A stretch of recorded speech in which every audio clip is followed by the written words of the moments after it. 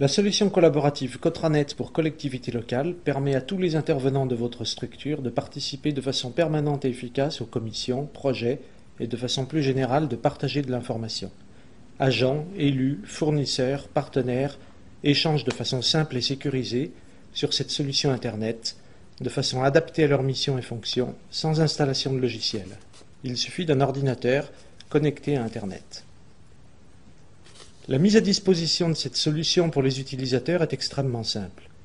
Il vous suffit de saisir l'identité des personnes invitées au moyen de cet écran formulaire, puis de les associer au groupe correspondant à leur fonction, agents, élus ou partenaires externes.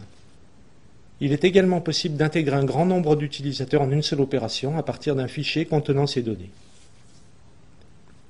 Les possibilités offertes aux utilisateurs seront ainsi définies selon leurs fonctions. Les agents pourront par exemple publier des actualités en page d'accueil, ce qui n'est pas le cas des élus qui ne pourront que les consulter. Autre exemple, un élu pourra publier et consulter des documents généraux alors que le titulaire d'un marché public n'aura accès qu'au projet auquel vous l'avez associé. Chaque personne invitée recevra ainsi un email avec un lien lui permettant de rejoindre directement la solution collaborative. Une fois connecté, la page d'accueil présente les informations et services associés selon 3 zones. L'actualité permettant d'être informé dès la connexion à la solution, les projets permettant la collaboration des agents, élus et partenaires dans les commissions par exemple, l'accès à la documentation générale. Ces services et informations proposés sont adaptés au profil de l'utilisateur. Commençons par l'actualité. La dernière actualité publiée est affichée. Seuls les agents peuvent publier une nouvelle actualité à partir de ce lien, qui n'est donc pas accessible pour les élus et partenaires externes. Après avoir cliqué sur ce lien, il suffit alors de composer la nouvelle actualité à publier dans l'éditeur fourni. Texte mis en forme, images, tout élément illustrant de façon attractive l'actualité du moment. Vous pouvez également coller ces informations mises en forme dans un autre outil. La nouvelle actualité est immédiatement publiée. Toutes les actualités publiées sont accessibles au moyen de ce lien. La publication des actualités peut être contrôlée, si vous le souhaitez, par une validation gérée par un processus prédéfini, simple mais très efficace. Passons aux documents mis en œuvre dans votre structure, ce qui nous permettra également d'illustrer le mécanisme de validation que nous avons évoqué précédemment. L'enjeu est donc de faciliter la publication des informations afin que chacun puisse participer et s'informer de façon complète et actualisée. La zone d'affichage du haut présente les derniers documents déposés par les utilisateurs.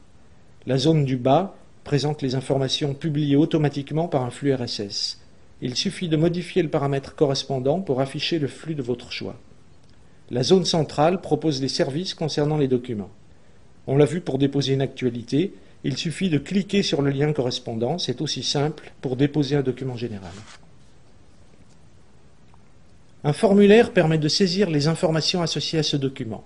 Vous sélectionnez la ou les catégories auxquelles appartient le document proposé, ce qui facilitera sa recherche par la suite.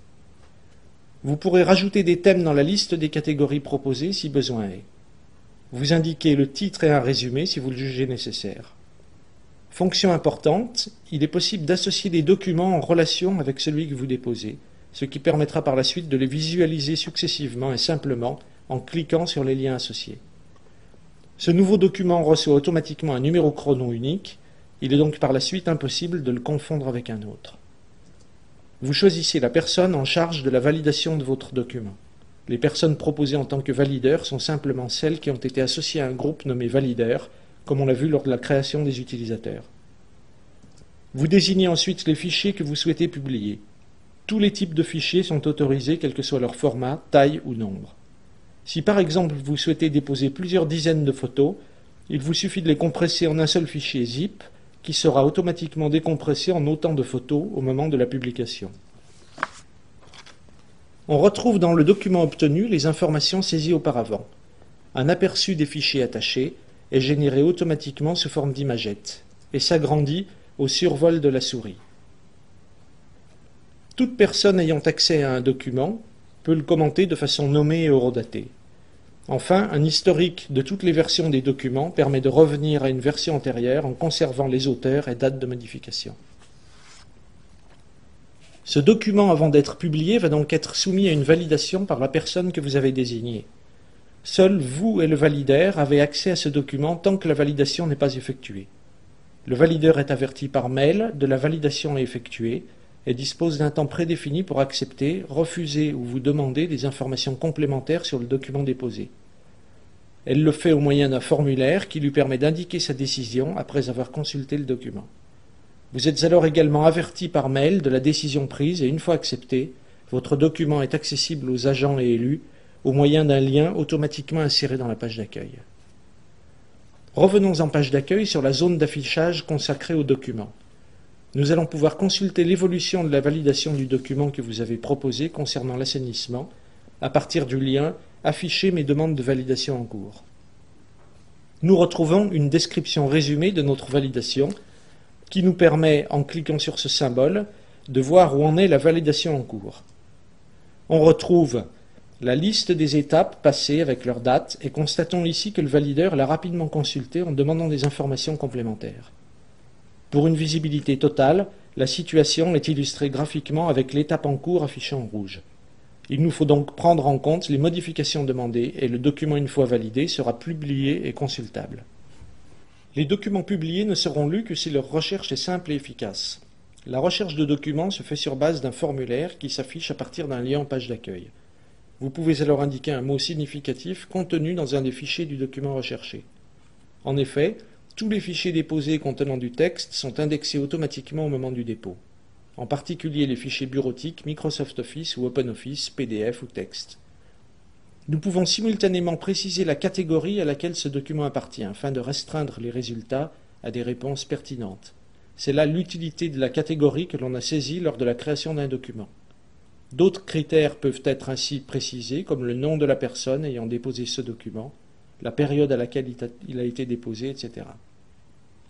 Dans cet exemple, nous recherchons un document employant le mot « plante » concernant la régie des eaux, déposé par M. Odos, ce qui permet d'obtenir précisément et uniquement le document déposé auparavant, avec en gras les mots-clés retrouvés dans le texte. L'accès au document est immédiat à partir du lien. Vous pouvez ainsi intégrer, partager et retrouver efficacement tout type de documents. Courrier numérisé, projet de délibération, cartographie, documentation technique, compte-rendu de conseil, etc. Passons à la notion de projet. Un projet va permettre à des personnes travaillant en équipe de collaborer de façon efficace sans que leur activité ne soit accessible par d'autres personnes. Prenons le cas des commissions dans une collectivité locale. Les agents et élus focalisés sur les commissions associées à leur mission doivent disposer d'un espace spécifique à chaque commission afin de faciliter accès à l'information et collaboration. Dans cet exemple, la liste « Mes projets » affiche une liste de projets ou commissions auxquels j'ai accès. Cliquons par exemple sur « Protection et mise en valeur de l'environnement ». La page d'accueil de la commission associée s'affiche, présentant une zone d'affichage de l'actualité, la liste des membres me permettant de les contacter par mail directement. À noter que le ou les responsables de cette commission peuvent ajouter ou enlever des membres dans l'équipe et modifier la page d'accueil, par exemple en changeant l'actualité. Les derniers documents publiés par les membres du projet sont bien sûr accessibles uniquement par l'équipe et l'agenda du projet est résumé sur les événements de la semaine. Si un utilisateur externe est associé à cette commission, il accédera directement et uniquement à cette page d'accueil lors de sa connexion, sans voir la page d'accueil générale présentée précédemment et sans accès aux documents généraux. L'agenda de la commission permet à toute personne de l'équipe d'ajouter un événement, ce qui facilite la participation des membres. En option, les agendas sont synchronisables avec Outlook et BlackBerry. Tous les agents ou élus peuvent demander la création d'un nouveau projet à partir de la page d'accueil. Cette demande se fait classiquement à partir d'un lien en page d'accueil dans la zone d'affichage du bas. Les demandes de création de projet sont validées de la même façon que les documents, comme vu auparavant, et pourront également être suivies à partir des liens correspondants. Regardons le formulaire proposé lorsque l'on demande une création de projet. Le demandeur explique quelle sera l'utilité de l'espace projet envisagé, définit le ou les chefs de projet proposés ainsi qu'une date de création souhaitée. L'administrateur de la solution est averti par email, peut demander des précisions, refuser ou accepter et dans ce cas créer en un clic, à partir de ce formulaire très simple, l'espace projet correspondant. Le demandeur est alors averti par email qui lui permet de rejoindre directement l'espace projet créé automatiquement d'où il peut, en tant que chef de projet, inviter les membres, qui seront eux aussi avertis par email, puis déposer les premiers documents dans l'espace projet, définir des événements et ainsi animer son équipe. Un accès direct au nouveau projet est automatiquement ajouté dans les pages d'accueil des membres. Voici un exemple d'une collectivité locale, la communauté d'agglomération de Lens-Liévin, qui utilise cette solution depuis 2008.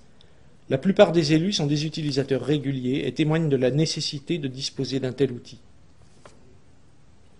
Les bénéfices de cette solution dans votre collectivité sont importants. La participation active de chacun améliore la concertation entre vos collaborateurs, donc la pertinence de vos projets de délibération.